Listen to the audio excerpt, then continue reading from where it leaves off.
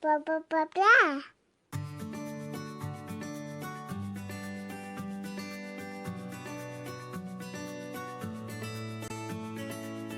Welcome to the Our Forever Smiles podcast, a podcast created to support mothers of children who were born with clefts and those who love them. I'm your host, Laura Arroyo, and I'm also a mother of a daughter who was born with a surprise cleft palate. I know the challenges you face every day, whether you have just learned the difficult news of your baby's cleft lip or palate, you're in the midst of pre-op or post-op, or you're an OG cleft mom. This podcast is for you. In a weekly conversation, we will talk about everything from feeding and speech therapy to surgery and school. We'll share tips from guest experts and advocates and even share a little joy in the process. You can listen to Our Forever Smiles wherever you listen to podcasts. Don't forget to subscribe and stay tuned.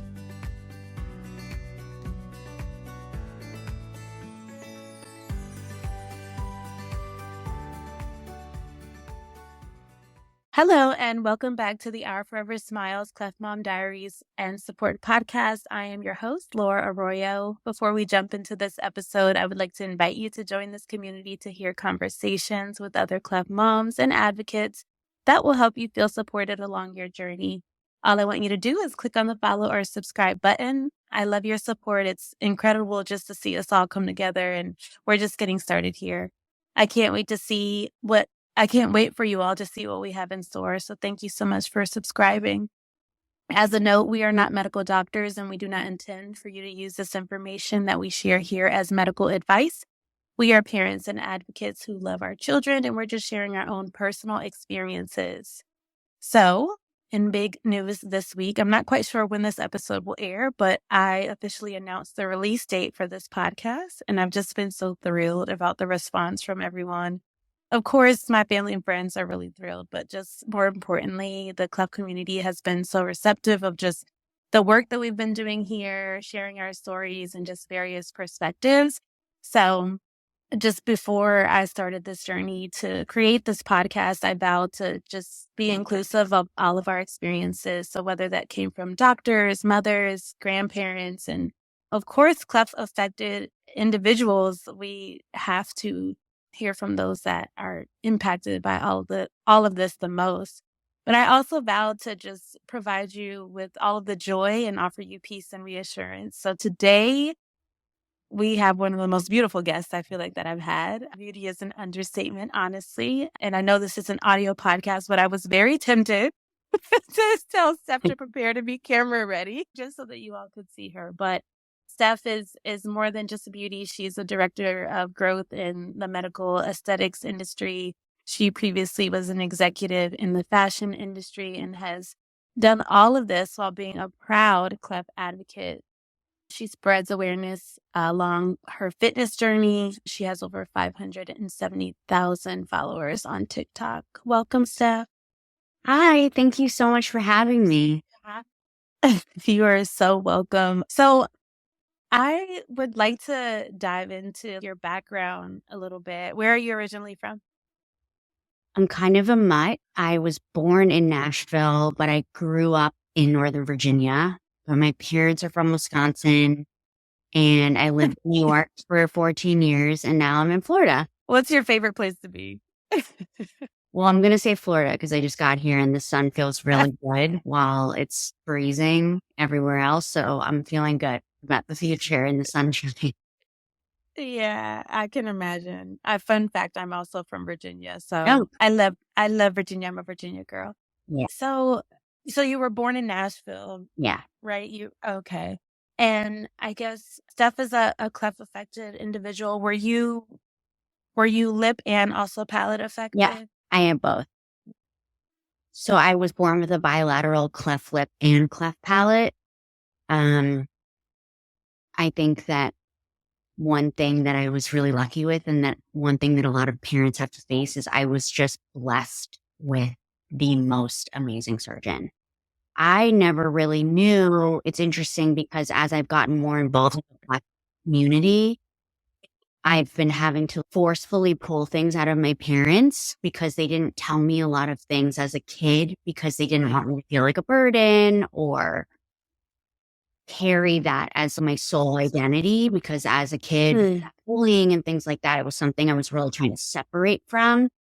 But now that I'm really embracing it, I've had to get them to pull out the real for me. And I was really a miracle baby in some regard, I would say.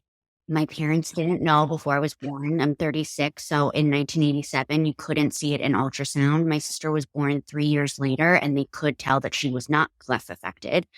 No one had been affected before. And essentially, I came out and they didn't even know what my gender was. But my dad says that before even announcing my gender, they announced that I was cleft affected, and my dad didn't even know what that was.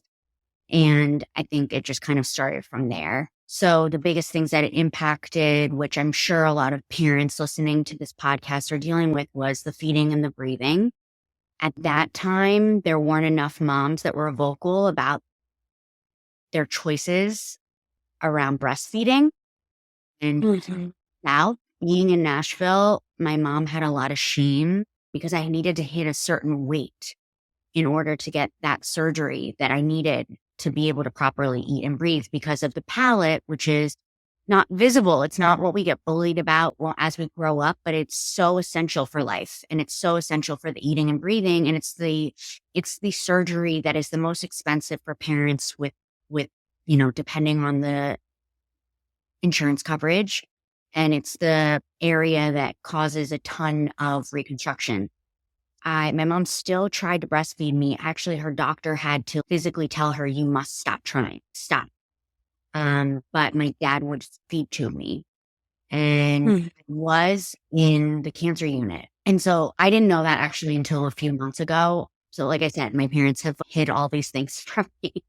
But you can see in pictures when I was going through my baby book, you can see that I was born super happy. So I think that gave my parents a lot of reassurance.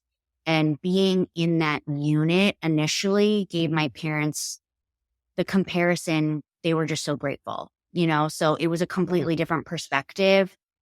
And the other thing is, even though I was there, fast forwarding, I've only had 3 reconstruction surgeries, and many face so many more than that. So I really am a corn case when it comes to that. And I know that. And I guess my mom says, like, the nurses, I was such a bubbly baby. And so it gave them a lot of reassurance, but that also the nurses would come in and almost do their breaks in there and, just we want to be here because we know we can help her. And in this unit, we can't help everyone. And that was just a huge impact on my parents. We're so lucky. And so can you imagine that just giving you a completely different perspective than what some of these other parents might journey? It's just, you don't get the harsh comparison right there. But really, after my first year of life, everything really changed. It's weird because my surgery when I was 3 years old is my first memory waking up from surgery, which happens to a lot of people if you have surgery young. So I remember waking up and getting sick. And then I remember eating nothing but Honey Nut Cheerios, and I can't even look at the freaking box to this day because it's like, I can't. It was like a food aversion. And but at the time I was super blessed with my doctor, like I said, and there was a guy that so my parents, I did my first 2 surgeries in Nashville, and then my parents moved to DC, or like Northern Virginia, DC. Super lucky to have a full team at Children's Hospital.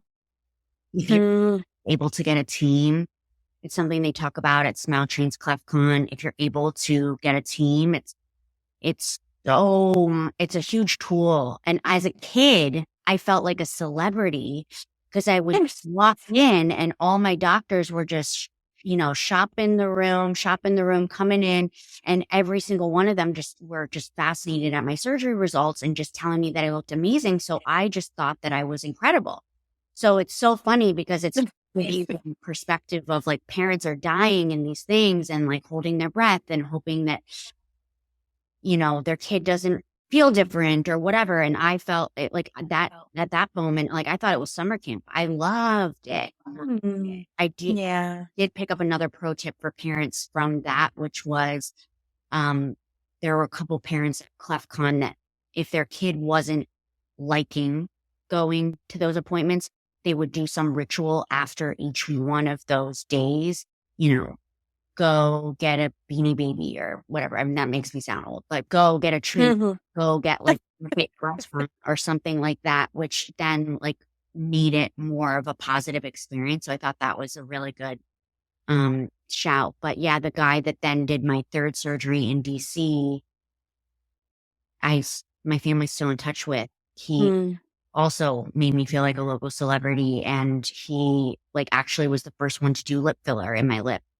When I was in well, yeah. I want to talk a little bit about your parents' just experience and just like how you're getting more involved in the Cleft community now, and just whether that experience of looking at pictures again or just having to retell you these stories, like, has that impacted them in any way, or has that made them feel emotional or maybe empowered? How has that experience for them been like? So ironically, so I first started embracing, and I said this, and this made some people tear up, but the first time I hashtagged a Cleft hashtag, that was like a moment. And then like people started using that in Smile Train as like a landmark. Like, here I am, you know, you can find me in this community under this hashtag.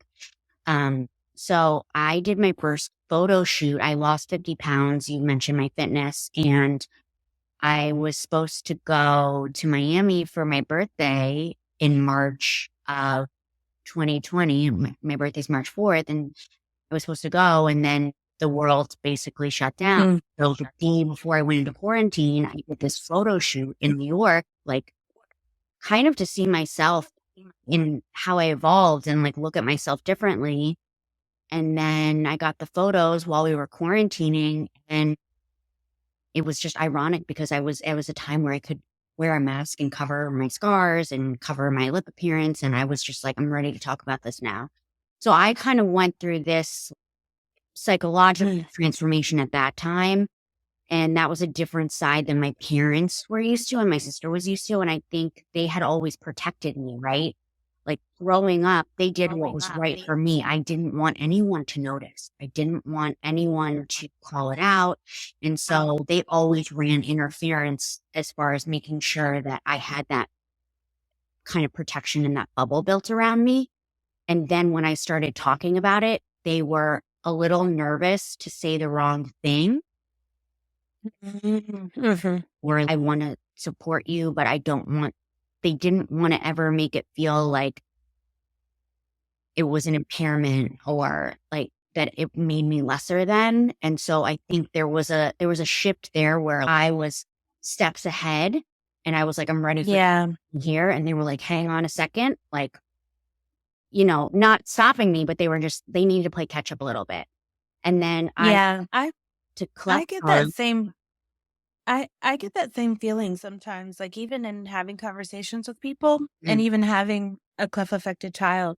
I still, and just for context, my daughter is only palate affected. Okay. And so but still, like I find just saying the right thing, even though like I feel a part of this community, but it's not my experience. Right. You know what I mean? Like I'm adjacent to it. Right. And so I do like have that feeling sometimes of, oh, like, do I have the right to speak on behalf of a community, or am I saying the right things, or how are people going to feel or receive this thing? But yeah, you were going to say something about CleftCon.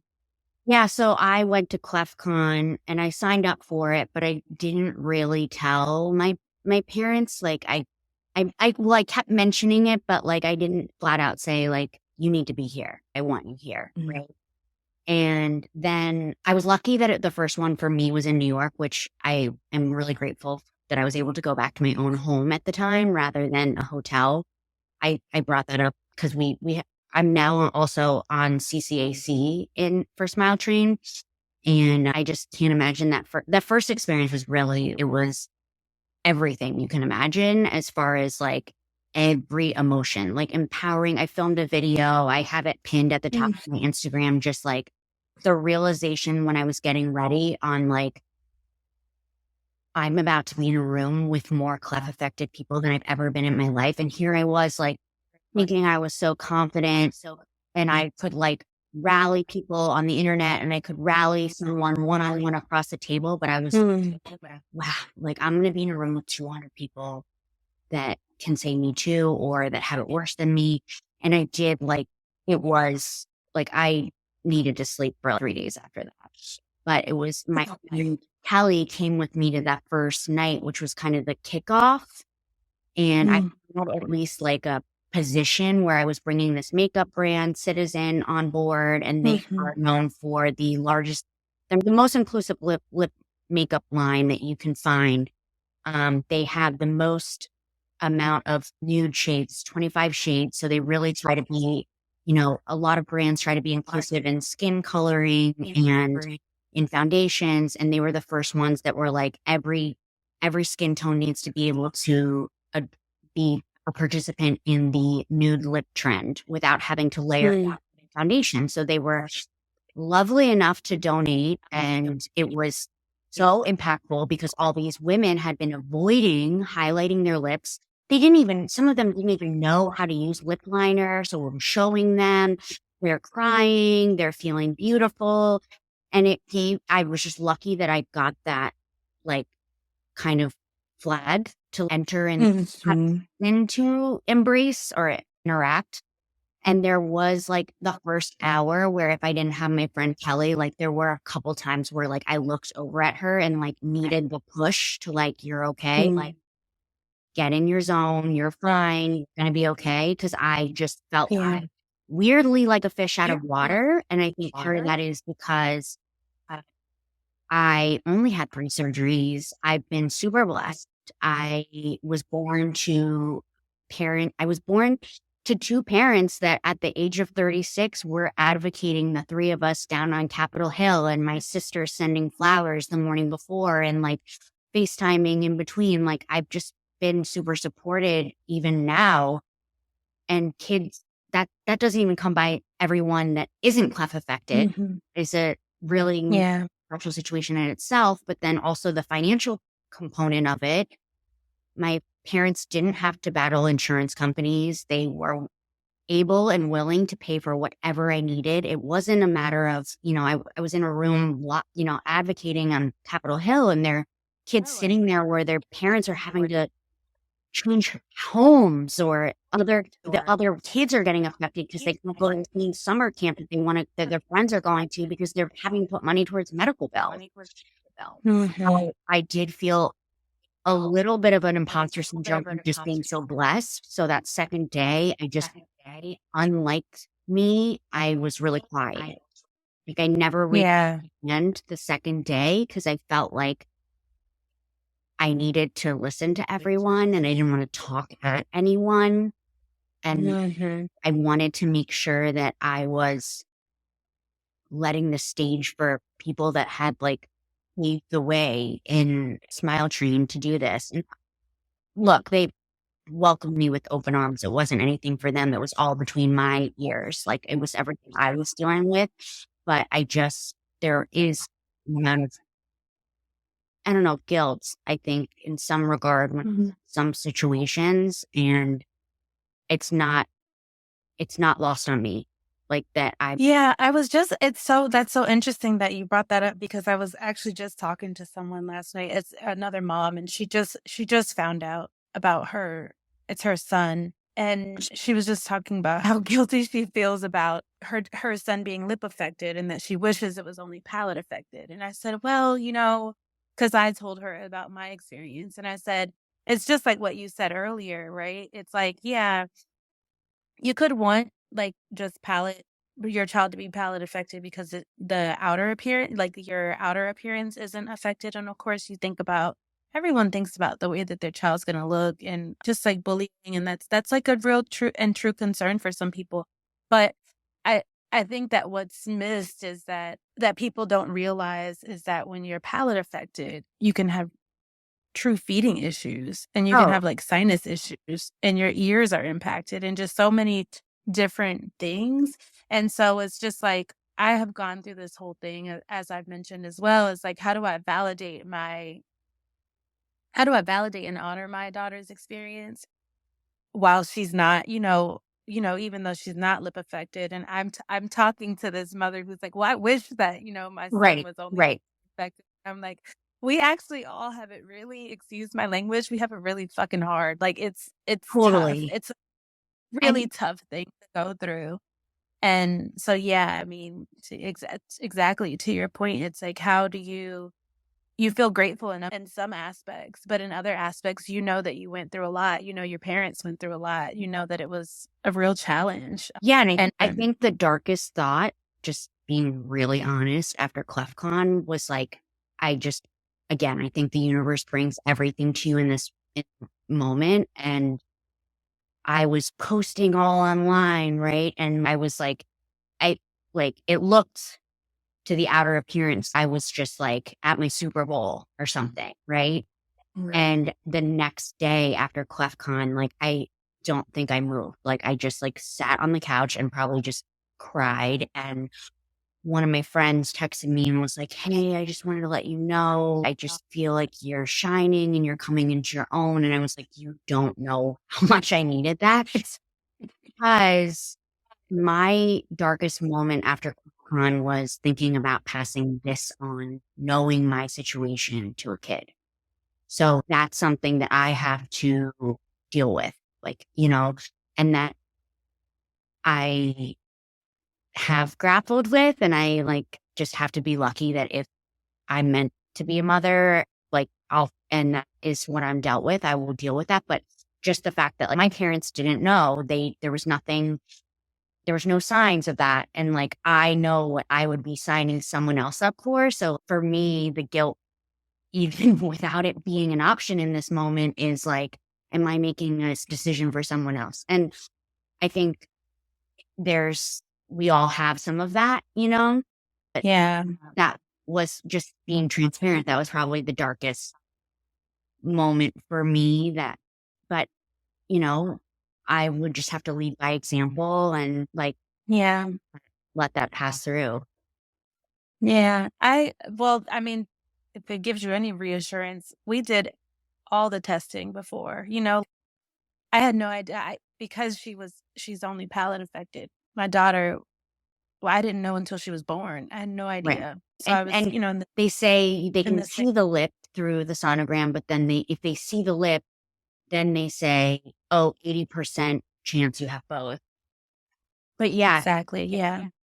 If you don't see that, you don't. Yeah. And we did everything right? Like we did everything that was in our power. I couldn't have bet that this was going to happen to me at all. But like, I think that's the one thing to grapple with is that you won't know, right? Like you will never know until until you decide to, make that decision to start your own family. Yeah. But just thinking about your own childhood, you mentioned that when you were 3, you remember waking up from a surgery at some point. But when did you realize that you were different from others? I mean,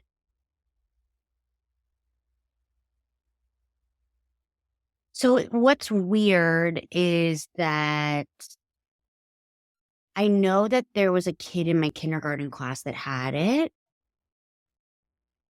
but we didn't talk about it really with one another, but we could recognize it on each other. It probably was the 3rd grade. I was starting to get bullied in the 3rd grade, but it gets tough, just as a heads up to parents.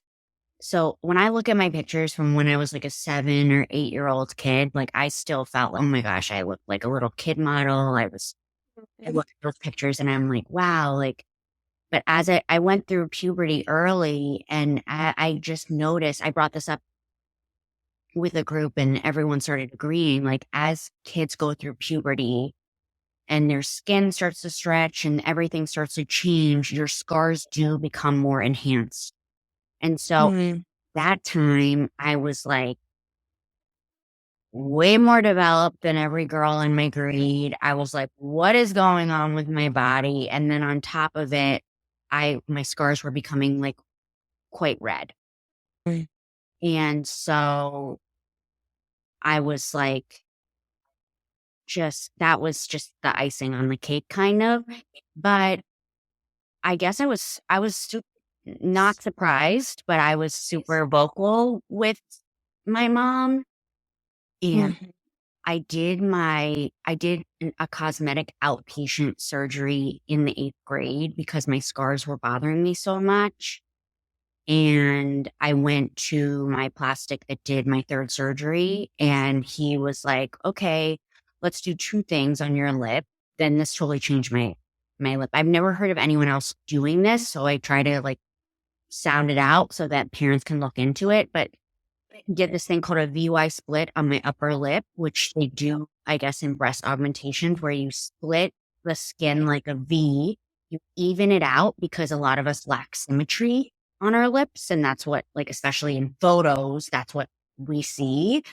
And so they try to even out each side as much as possible. And then they sew it back up like a Y. So that's why it's called a VY split. So he did that. And then he did a really, really tough laser on my scars. Now technology's so much more advanced. It wouldn't be, but I had the Band-Aid for a really long time. And he said, you get way worse before it gets better, but you're in the 8th grade. You have 2 boys in your class. I was in a really small private school. Do this before high school, do this before college, do this before you're applying for college. Like, he really pushed me kind of like as another father figure. And he was so right. You can see my scars change over the next 3 years. And it just was like a game changer for me.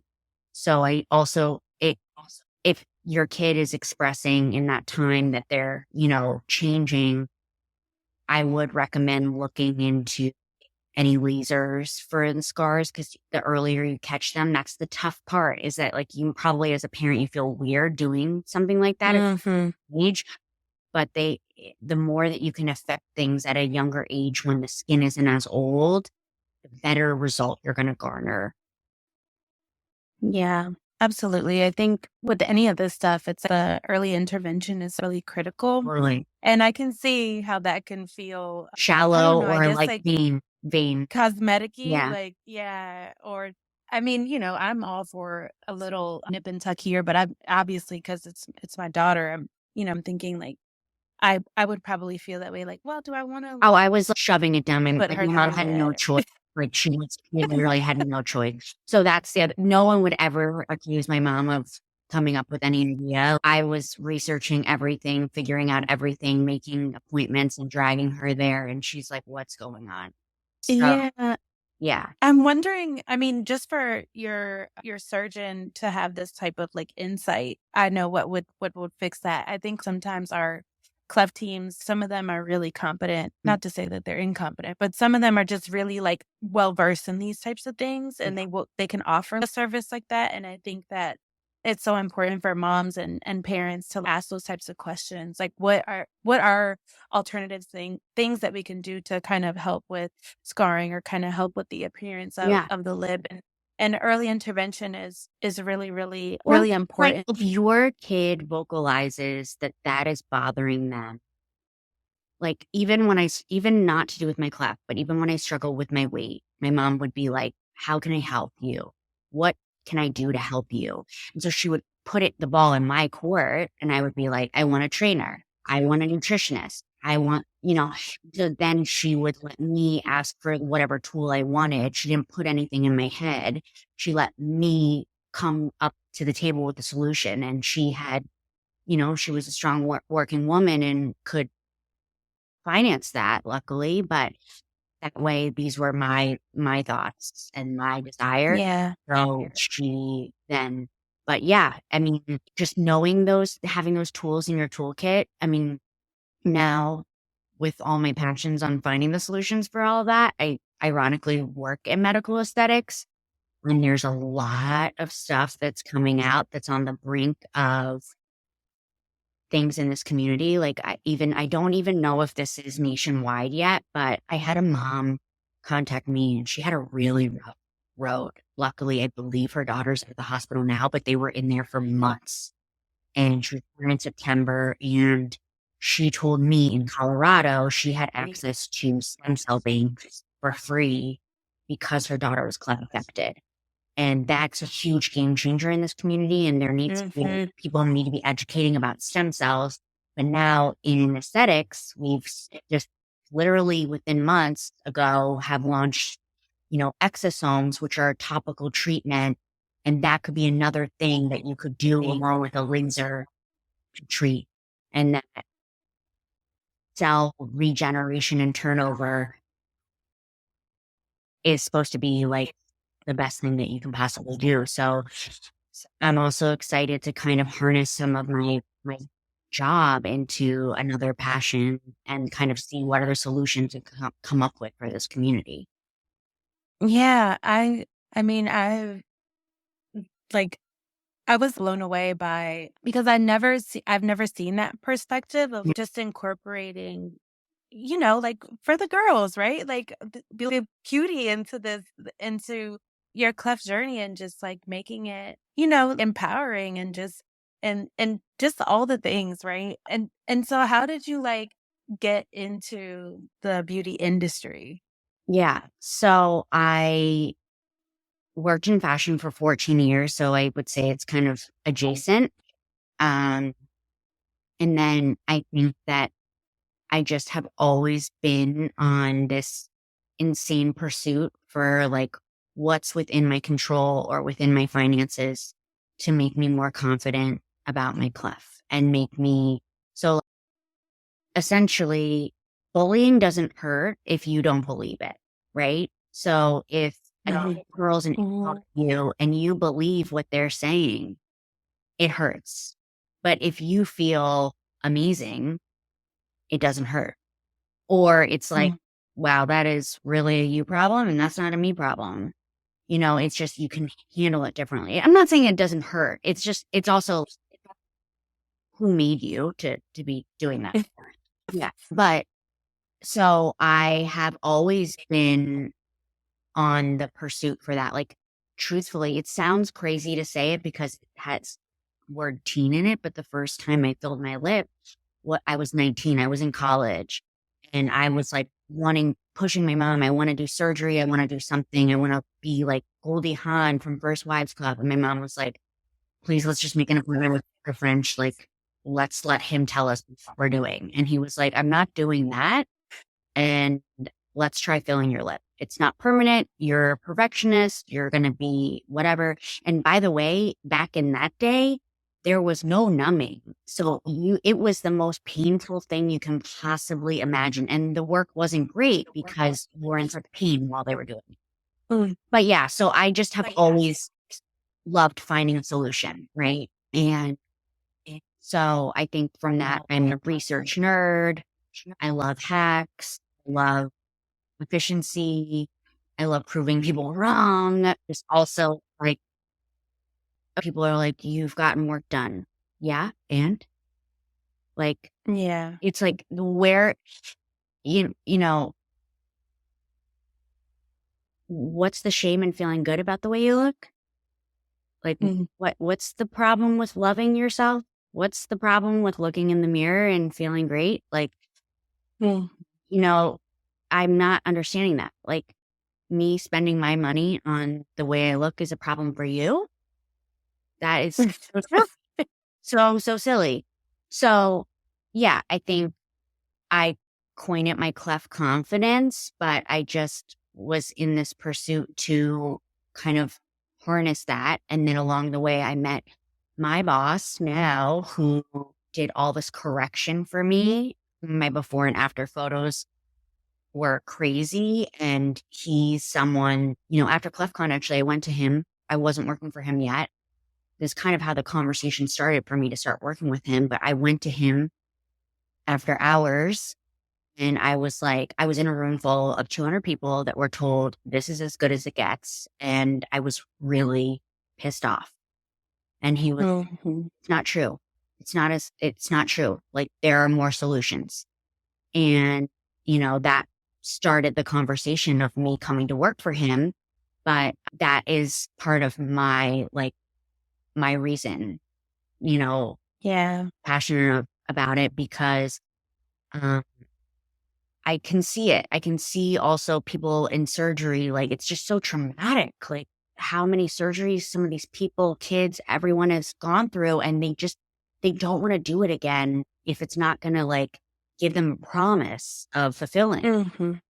And so being able to go get a liquid nose job that then evens out your cleft nose for a tenth of the price, I would, Yeah.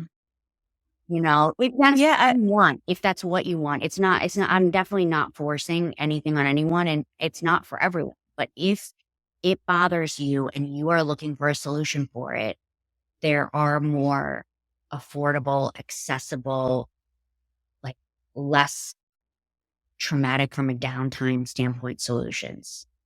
Yeah, of course. You mentioned just having to also go through painful or procedures that weren't necessarily the most easy to endure. What do you think was your worst surgery or your worst procedure? I mean, I don't remember a lot, because I was so young when I did those first few surgeries. I think that recovering from the VY split and the laser was, but then I did have a doctor that took advantage of me because he knew that I wanted to get rid of my scars so bad.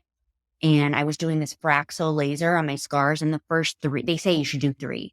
That's kind of the magic number. Skin lasers, resurfacing, you should do always a series of 3. And then you should take a year off. And then if needed, then you do another series of 3. Well, this doctor let me do 12 or more, maybe. And I paid myself for them. After the 5th one, I think I was bleeding and pussing because my skin was so just not. And my boss now, when he found out that, was oh my God, that's just unethical. But those lasers were really painful. They didn't the pain doesn't last long. They're so quick, especially because you're just doing your tiny scars. But that probably was brutal. And then I think just some of the recovery is a little traumatic sometimes. I've done lasers on my eyes or things like that, and it's not as big of a deal. But when you do it on your cleft scars, and if it's you're oh my God, did I make myself worse? And I don't know, it's that area or the night before, it's just you have different anxiety because it's just a trauma spot. Yeah, I can imagine that. What are cleft affected people's usual concerns?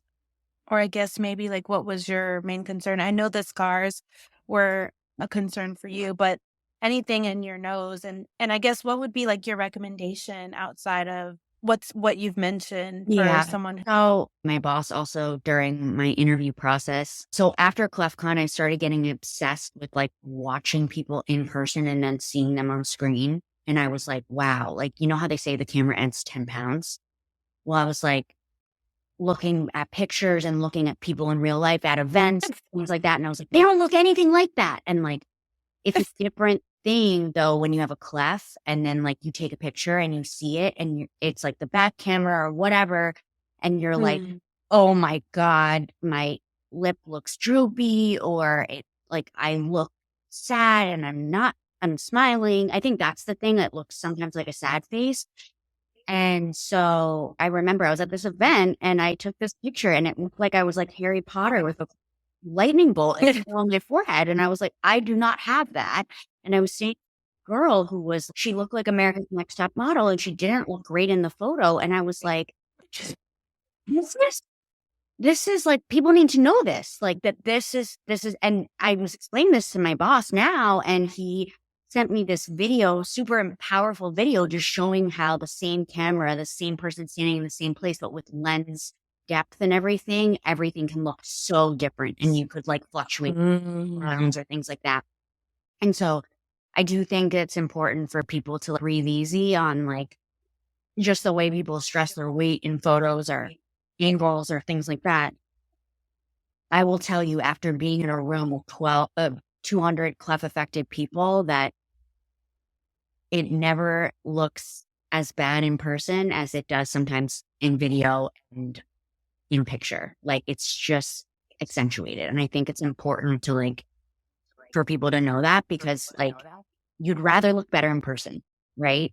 Yeah. So yeah, I mean, that was a reality for me, I guess, along the way. Yeah.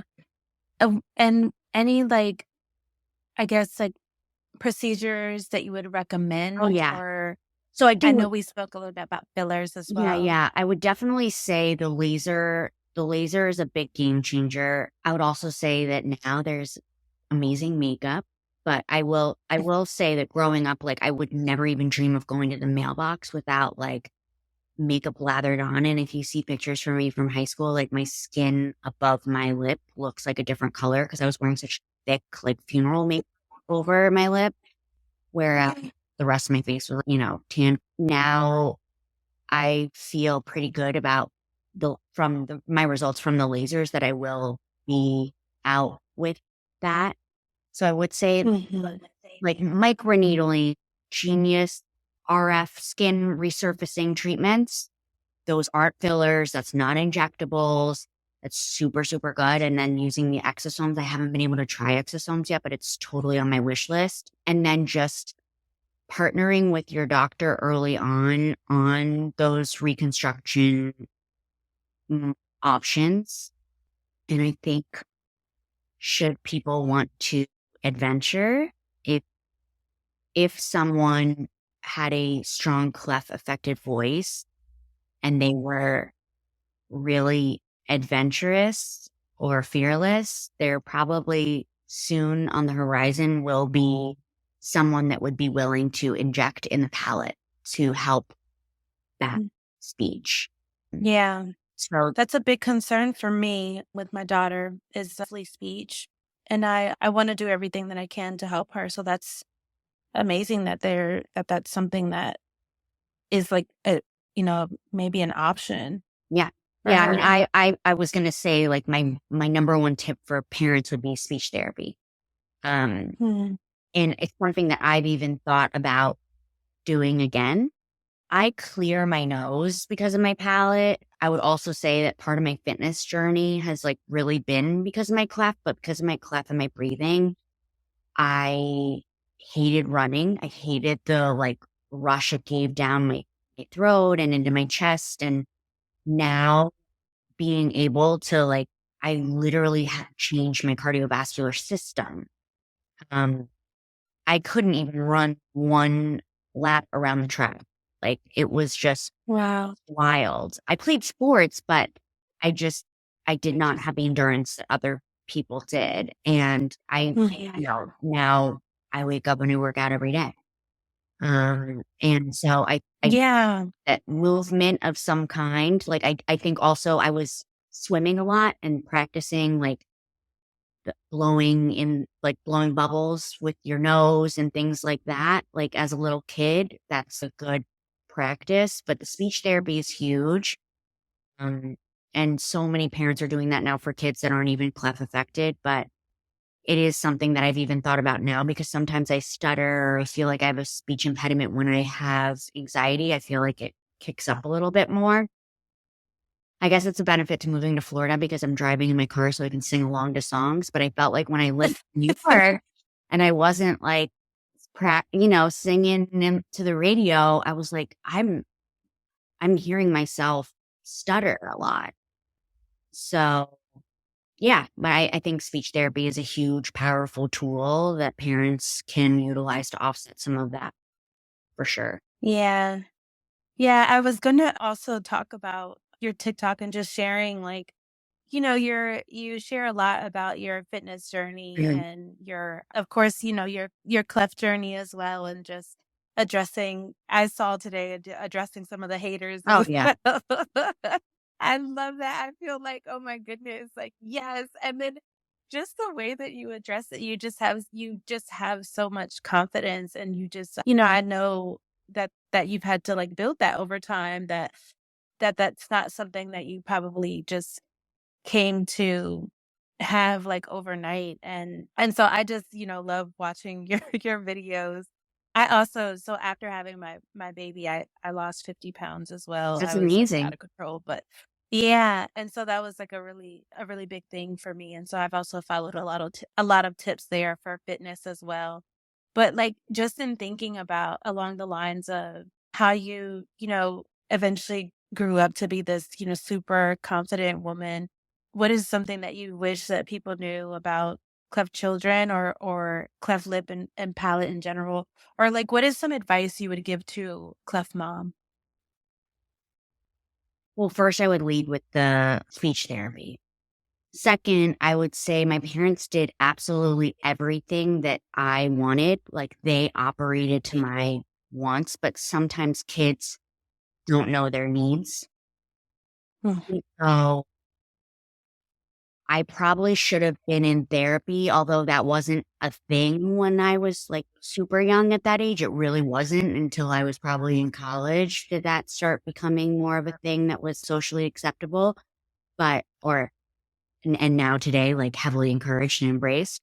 But I probably should have been talking to someone. So Yeah. just if my parents had pushed me on the subject, I would have thought there was something wrong with me. So I Mhm. do commend them for not doing that, especially with the juxtaposition of my sister not having one and being super beautiful and being an all-star athlete and like not having, she looked babe and I was struggling with my weight. I'm glad that they didn't push the subject more with me because I think it would have led to bigger problems. So that was the right move on their part, but I probably should have had an outlet just indirectly that could ask me about things or if it bothers me or things like that. But I don't know. It would have had to be the right person because I'm sure I would have been defensive on it at first.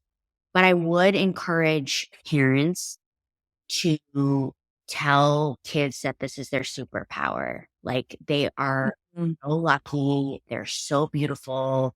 They were chosen for this. And just like people with clefts are kinder and you see the world differently. You make friends differently. You have empathy differently. And I think just kind of empowering it as like your superpower, I think is how, if I had a daughter that was cleft affected, that's how I would address it. Like, this is your superpower. Yeah. Um, and Yeah. you're going to fight the bullies off with your superpower, you know? Yeah. So I think that that's what I would just suggest. Yeah, absolutely. I love that. I love that. And so just in everything, that we've discovered today or discussed today, and I love that you talk about your experience at ClefCon, because I've looked at the videos and stuff and even never realized that you were, I guess feeling overwhelmed in the moment, right? But I wanted to ask, and just your entire journey and everything that you've gone through, and all of the accomplishments that you've achieved. What's the biggest lesson you've learned in all of this?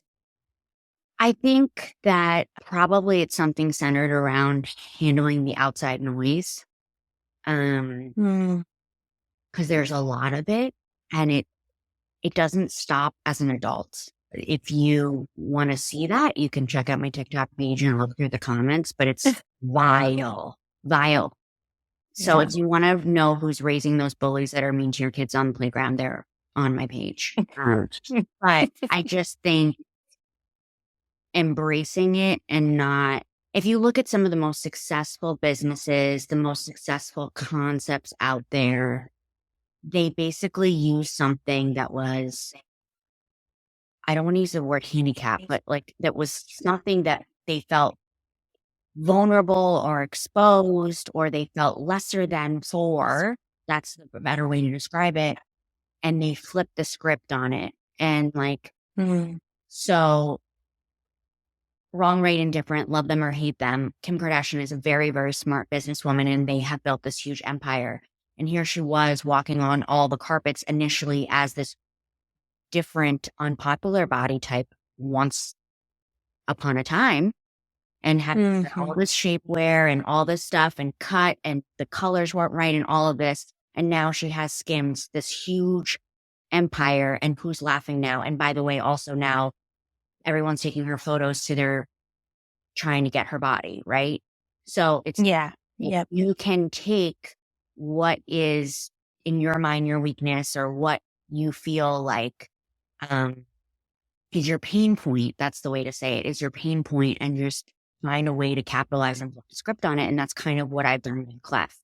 I've just decided, like, okay, instead of crying, you know, and letting them win and letting them affect me, I'm going to make a destination so that kids can see that you can be successful, or you can be, you know, you can be anything you want. And that's also why I really embrace the beauty component, because I would love to see, for kids to look at campaigns and see a cleft face in the same sentence as beauty and beautiful. And I just think that will be a really, really powerful moment, you know. Just those videos that they had me bawling of, like, when the newer version of Ariel came out, and all these moms, Black moms, were filming their daughters, and it was just the fact that they felt seen, and it just was, oh my God, that my heart. And I just imagine that feeling being somewhat similar, like feeling, oh, I'm accepted, or I'm allowed, or I'm beautiful too, or I could do that, you know? And feeling included. Yeah, absolutely. Yep. Well, Steph, you are certainly, I feel, a role model in this community. And I just want to thank you so much for, you know, this conversation today. I think that it's much needed within this community. I think it's honest, and, you know, it's a perspective that I feel like people are really, really looking for. So thank you. And thank you all for listening to the Our Forever Smiles, Cleft Mom Diaries, and Support podcast. Be sure to subscribe and submit a review of the podcast wherever you listen to podcasts. I hope that you've enjoyed this audio experience. Maybe you cried a little, laughed a little, but more importantly, I hope that you feel a little piece of reassurance and even joy in your journey. We'll talk to you next week. Bye.